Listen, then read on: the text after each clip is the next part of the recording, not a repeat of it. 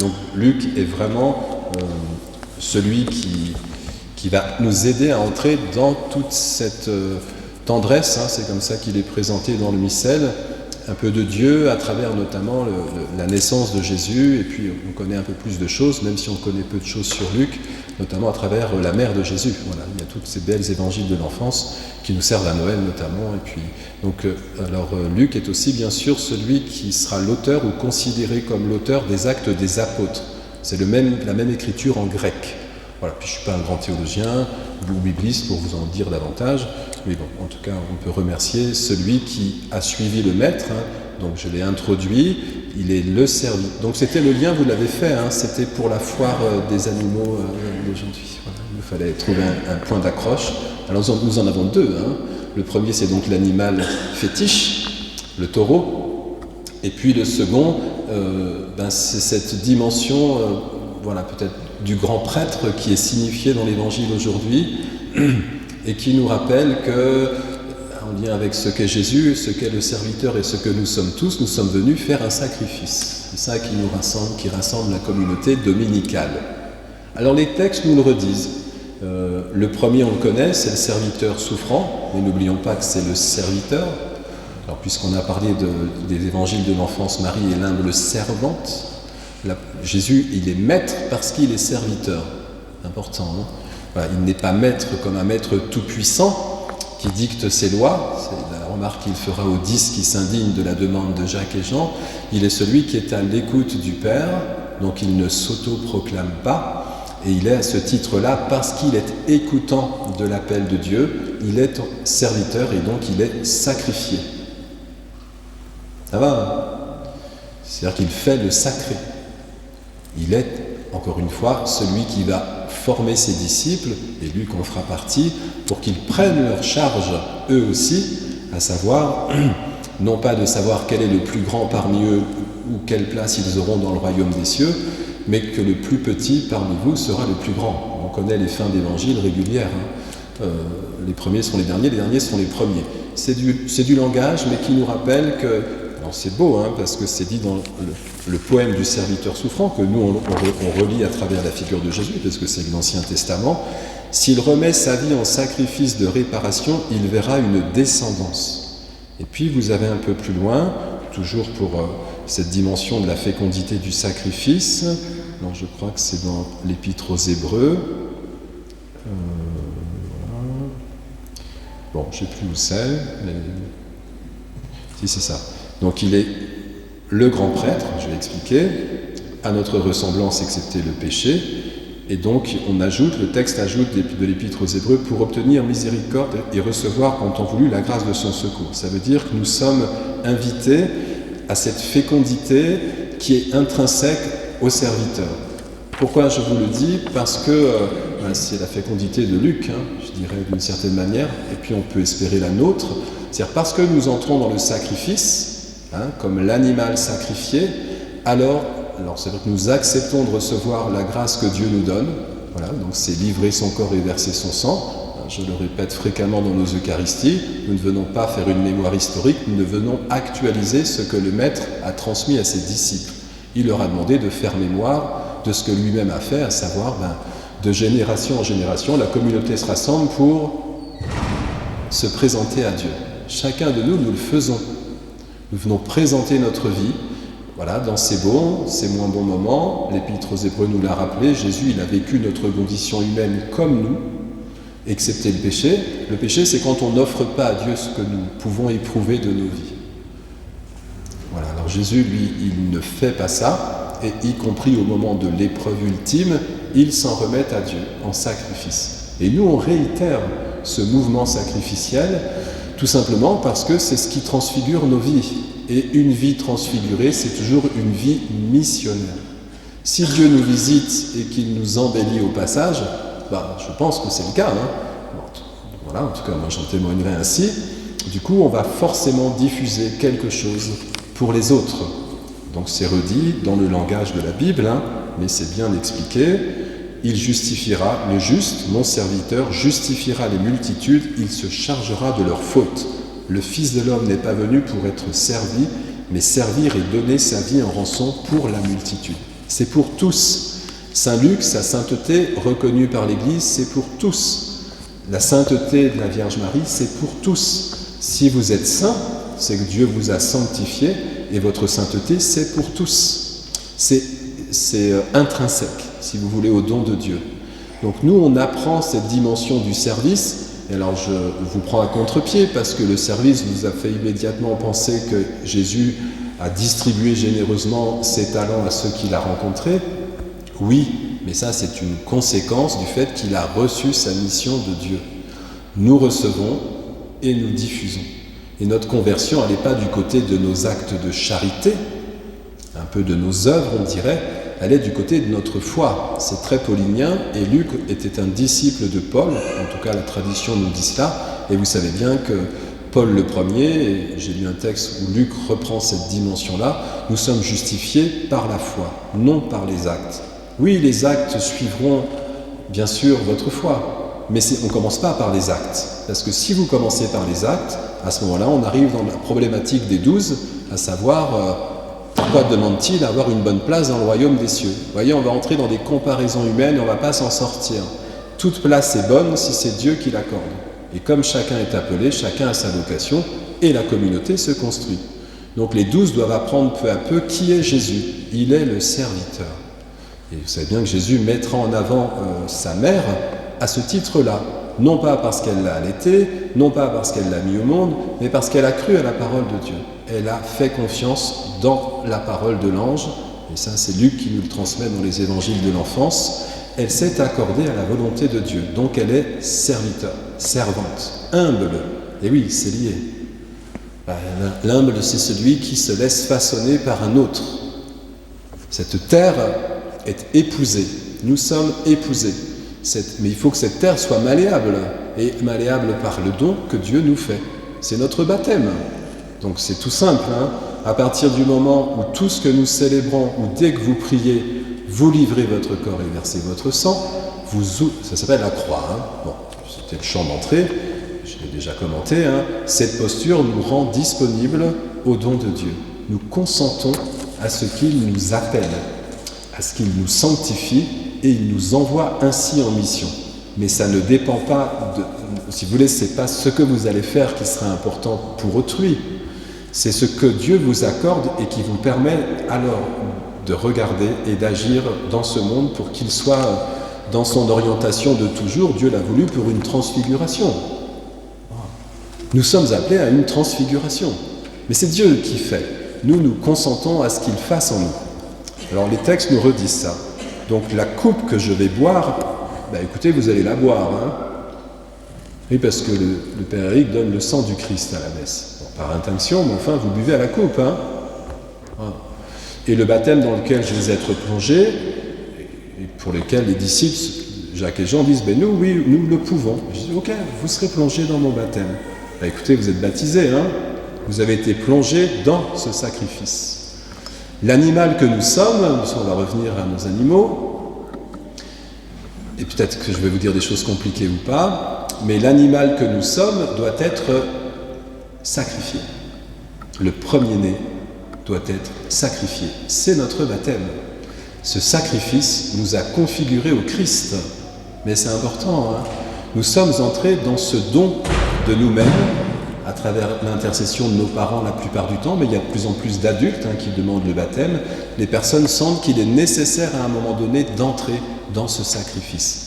Mais parce que notre vie est ainsi faite et la croissance humaine et spirituelle dépend de cette dimension-là.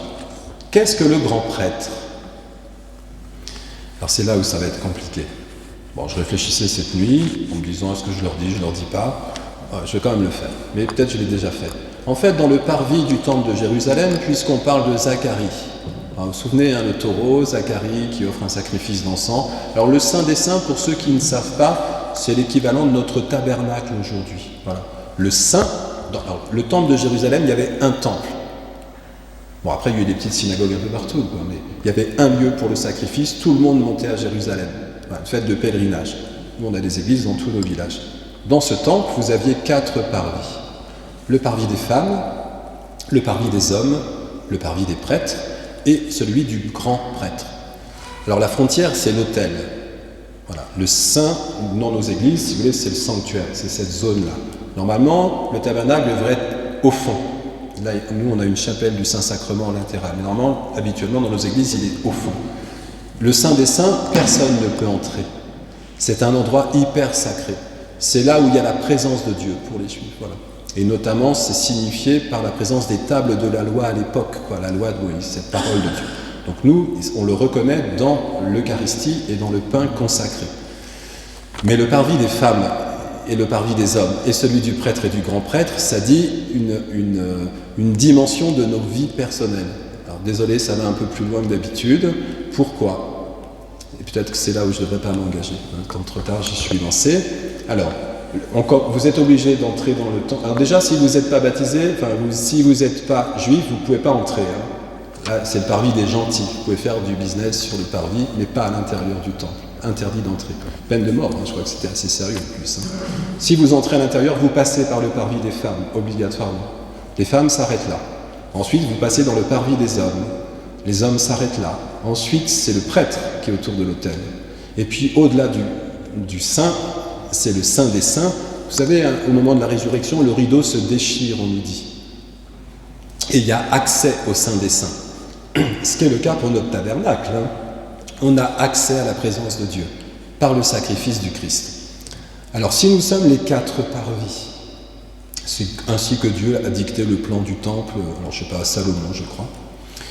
La femme, et c'est là où j'aurais dû réviser en descendant de Seillac, la femme, en fait, si vous voulez, nous, par rapport à Dieu, on est au féminin. On est la terre épousée. Dieu est Père. Il ensemence ce monde. Chacun de nous contient une semence divine.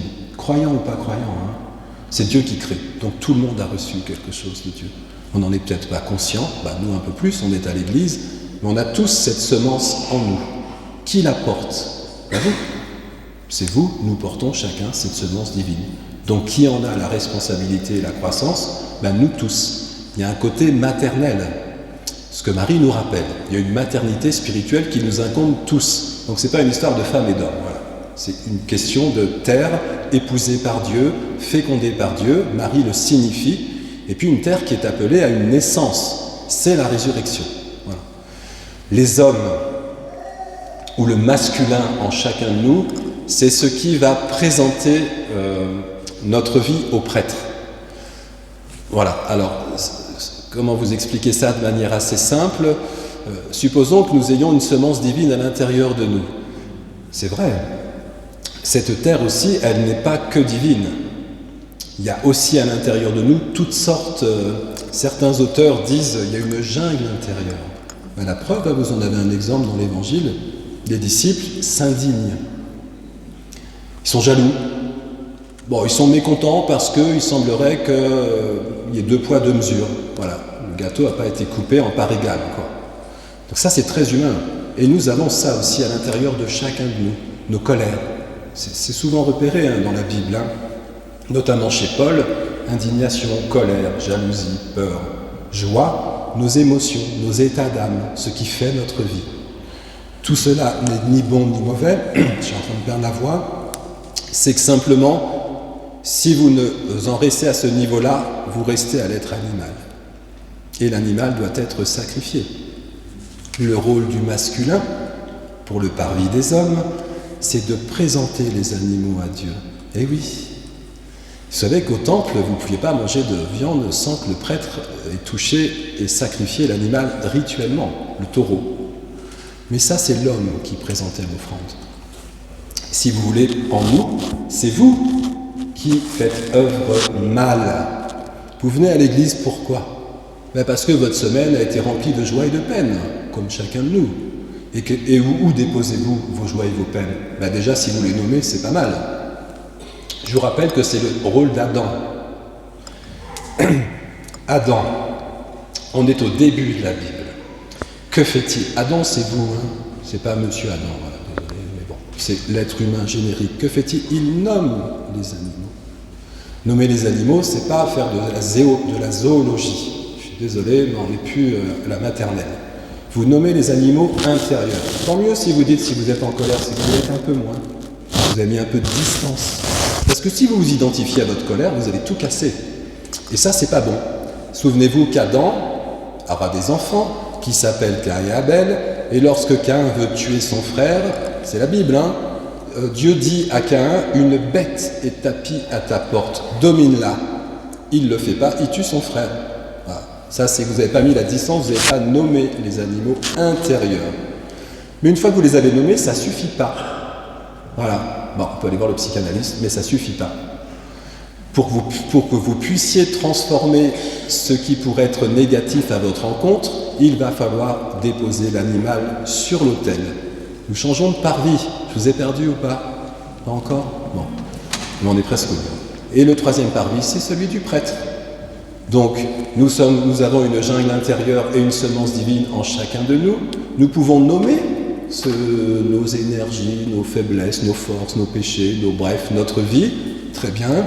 Nous présentons ce qui est nommé au prêtre, troisième parvis, et le prêtre fait un sacrifice. Il sacrifie l'animal. À quoi cela sert? Eh bien, ça va construire en vous, je suis désolé, hein, c'est un peu compliqué, hein, ça va construire en vous le grand prêtre. Et oui, le grand prêtre, c'est celui qui a traversé les cieux. Nul n'est grand prêtre, c'était une pâle figure, Zacharie. Il fallait signifier dans le monde visible quelque chose de l'invisible. Mais le grand prêtre, le seul grand prêtre, c'est celui qui a été transfiguré complètement. Donc il faut traverser la mort pour ça. Mais nous construisons l'enfant de Dieu en nous, peu à peu, par notre foi, par nos sacrifices, parce que nous nommons notre vie, parce que nous présentons à Dieu les bons et les moins bons côtés de notre vie. Tout cela, déposé sur l'autel, Dieu transfigure nos offrandes.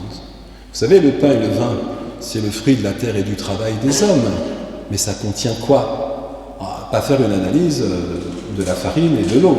Il signifie notre offrande. Ça s'appelle la procession des offrandes. Mais c'est nous qui sommes dans ce pain. Nous présentons notre vie en offrande.